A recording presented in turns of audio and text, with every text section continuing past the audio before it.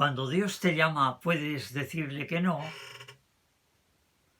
¿Es posible la negligencia o dejadez cuando el Señor nos invita a la salvación?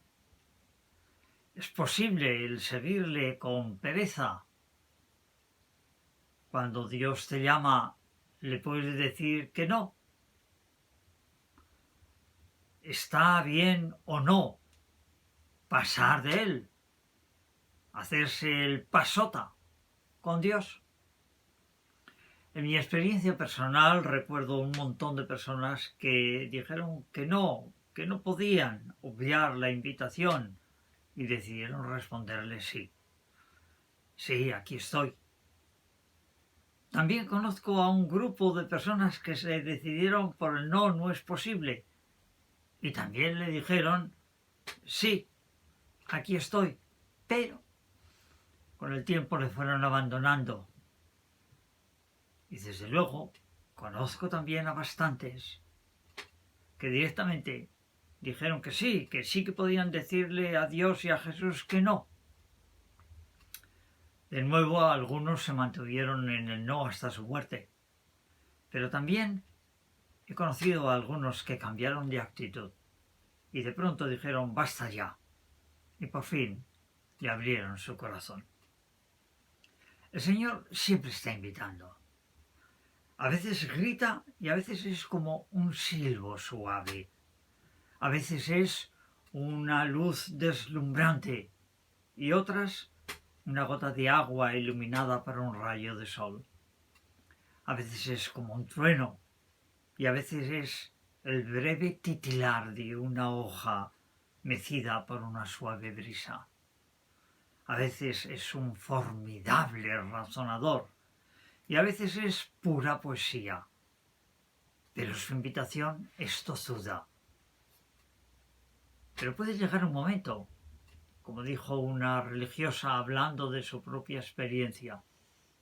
Sentí que el Señor me decía, es la última vez que te llamo. Sí, es posible dar excusas al Señor. Ya lo contó el Señor Jesús en la parábola del banquete de un rey a su hijo con motivo de su boda. He comprado unas tierras y tengo que ir a verlas.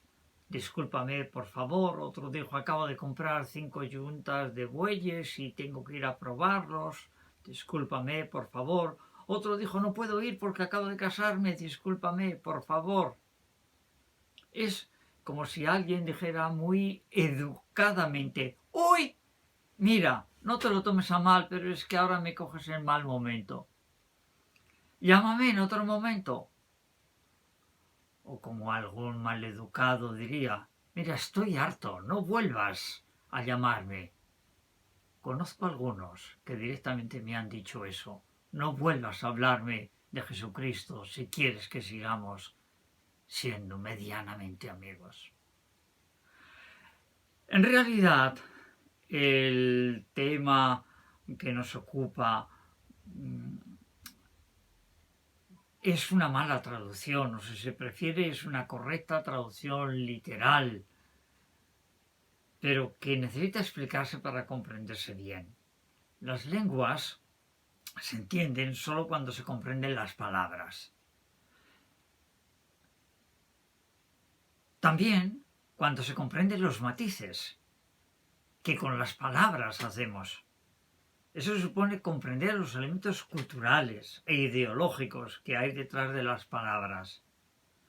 Si yo traduzco literalmente de un idioma a otro idioma la expresión castellana poner a alguien entre la espada y la pared, seguramente que cualquier español o hablante habitual de español sabe lo que estamos hablando. Puede que un extranjero no tenga ni idea de lo que estamos diciendo. Y si se lo toma literalmente va a resultar que buscará que alguien con una espada nos ponga contra la pared y la espada apuntándonos. Pero eso sería una interpretación absolutamente ridícula que pone el acento precisamente en lo que no lo es, la amenaza. En realidad, todos sabemos qué es una metáfora o una imagen para decir que estamos poniendo a alguien en un apuro y que no sabe qué postura tomar ante una determinada situación, escoger A o escoger B. Nuestro texto de Mateo dice porque muchos son llamados pero poco escogidos.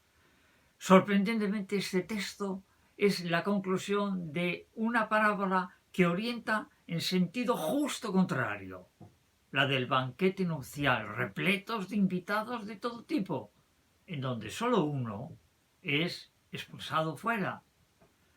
Por otra parte, las palabras tienen que tener un contexto. Y tan pronto como hayas discernido el contexto inmediato de la forma en que esa palabra es usada, entonces comprenderás los términos y una palabra se convierte en una revelación, en un significado definitivo, justo en ese contexto. El problema de no tener en cuenta los contextos puede llevarnos a interpretaciones erróneas.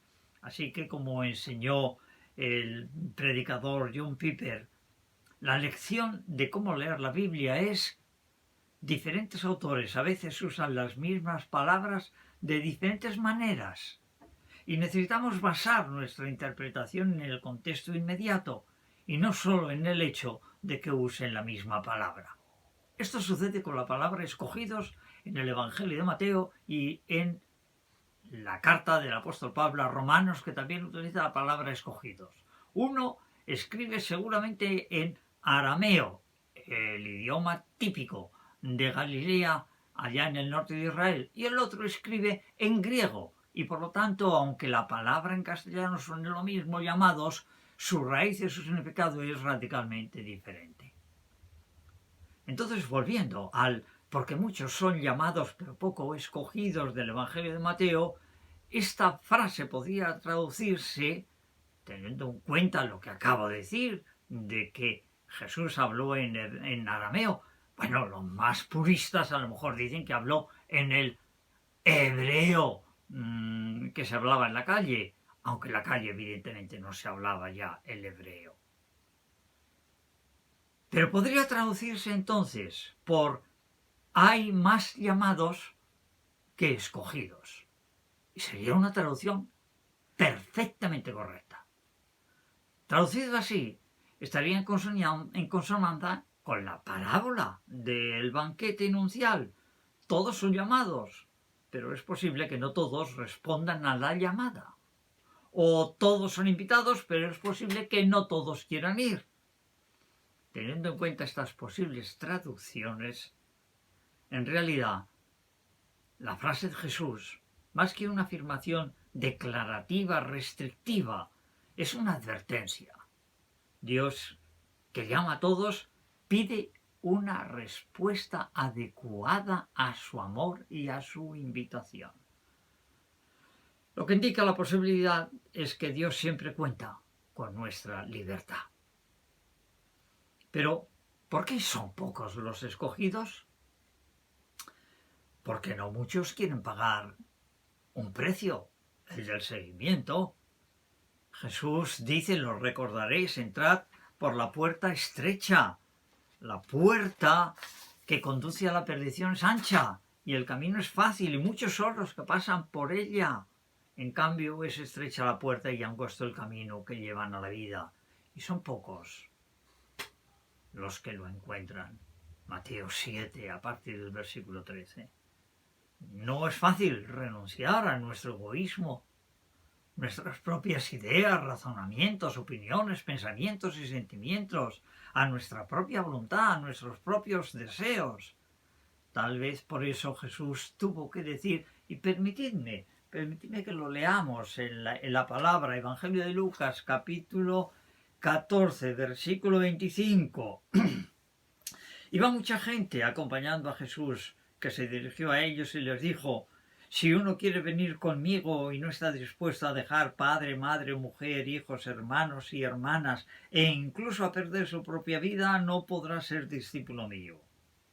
Como tampoco podrá serlo el que no esté dispuesto a cargar con su propia cruz para seguirme.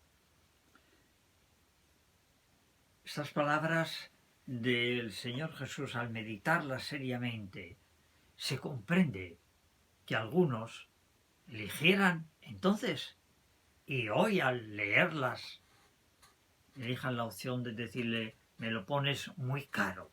No, no puedo ser tu discípulo con esas condiciones, por más que te aprecie. Pero también se comprende, y esto es lo inquietante, que sea precisamente Jesús el que diga, no puedes ser discípulo mío. O como dice el Evangelio de Mateo, no eres digno de mí. No, si no estás dispuesto a ponerme en primer lugar en tu vida. Lo que significará que tienes que renunciar a personas, padre, madre, mujer, hijos, hermanos, hermanas y hasta la propia vida, en la medida que todo ello pueda convertirse en obstáculo para la radicalidad que Jesús exige para los que quieren seguirle. Es evidente que en la mayoría de los casos no habrá incompatibilidad entre los dos afectos. De hecho, para un judío odiar a los propios padres es en sí monstruoso. Pero no nos confundamos. Debemos tener claro que es distinto venir a acercarse a Jesús. De hecho, muchos estuvieron a su alrededor en muchas ocasiones y fueron incluso beneficiarios de su amor y de su poder. Pero solo algunos cumplieron los requisitos para ser discípulos, en el sentido de seguidores comprometidos. Todos estamos llamados a ser salvos, pero solo algunos serán llamados a ser discípulos. Y aunque todos los unos y los otros siempre escucharán seguramente, bien, buen siervo, que lo poco me has sido fiel, y gozarán de la salvación, algunos serán llamados a convertirse en testigos, comprometiendo la totalidad de su vida en ello. Quien acepta a Jesús recibe de él el poder o la vida eterna. Es él quien cambia nuestro corazón y nuestros valores y nos acompañará siempre en nuestro camino. Entonces sí, ahora podemos entender que muchos son llamados, que muchos aceptan la salvación, pero que pocos son los que llevan hasta las últimas consecuencias en su vida el seguimiento a Jesús. Un abrazo, que Dios esté con vosotros.